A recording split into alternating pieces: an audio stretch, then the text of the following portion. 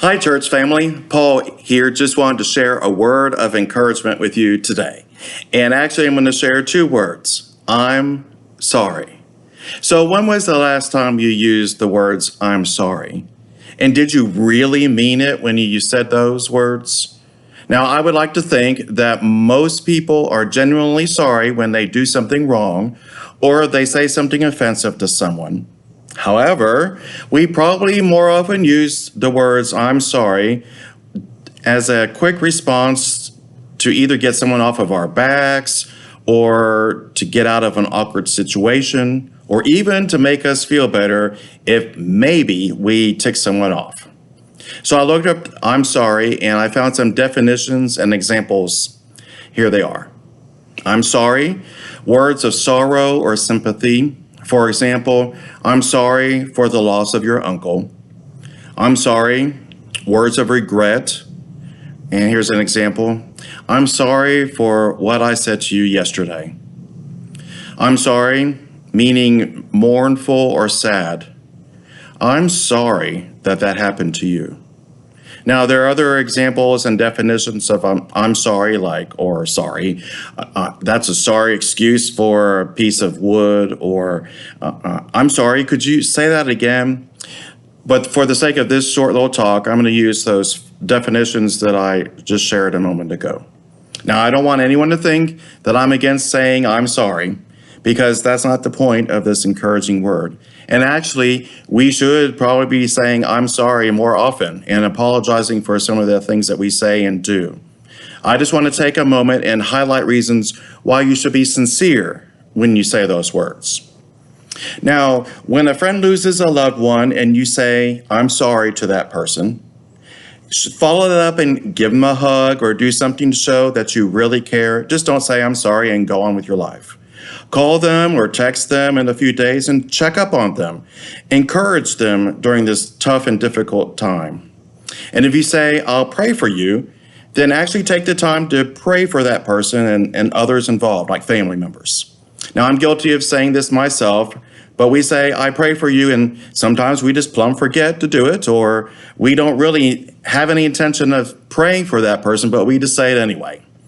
The Bible gives us many examples of how to be an encouragement to others. So we should all work on being better encouragers. If we say we're going to pray for someone, that we actually do it. Now, if you offend someone and seek an apology, mean what you say. Here's an example of someone saying, I'm sorry, just to make themselves feel better or to appease a guilty conscience about making someone mad. Go out of your way. Set up a time to talk with this person. Let them know that you realize your comments or your actions may have offended them.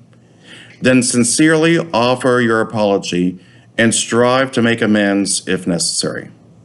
The Bible emphasizes seeking reconciliation with others when we've offended them. So it would be good advice for us to heed the words of the Bible.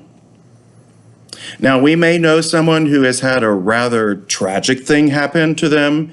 Maybe they were let go unexpectedly from their job, or they were involved in an automobile accident that perhaps put them in the hospital, or they had a fire or other disaster at their home, and you want to express your sorrow for that event happening. So you probably will say, I'm sorry that happened. And sometimes, to add a little bit more emphasis to our sorrow, we might even add the word so. And we say, I'm so sorry. Let's all be careful that our words are truly heartfelt and that they carry some significance for the person or persons to whom we are speaking. Christ asked us to love others like he loves us. Therefore, let me encourage you and myself when expressing sorrow to someone that you follow that up with that person at a later date. Ask them if you could offer some assistance, either physical assistance or monetarily helping them out. Check on them and see how they're coping after the situation. Go visit them in the hospital or take them something to eat. Offer the meet with that person for coffee or for lunch, just so you can talk. Seek ways that you can be of help to them. Now, here at Lakeshore, our adult Bible study classes are currently doing a study on the book of 1 Peter. And one thing that I've taken away from this study is the importance of us as Christians remembering that we are to set a sincere example of how to have Christ-like actions and attitudes in an unbelieving world. Our actions often speak louder than our words. We all need to make sure that our words are sincere and our actions are genuine. Now, as I encourage myself, let me encourage you to make the phrase, "I'm sorry," really mean something. And it's not just words that we say without any meaning behind them. And let me encourage you also to use them in a way that can benefit someone else.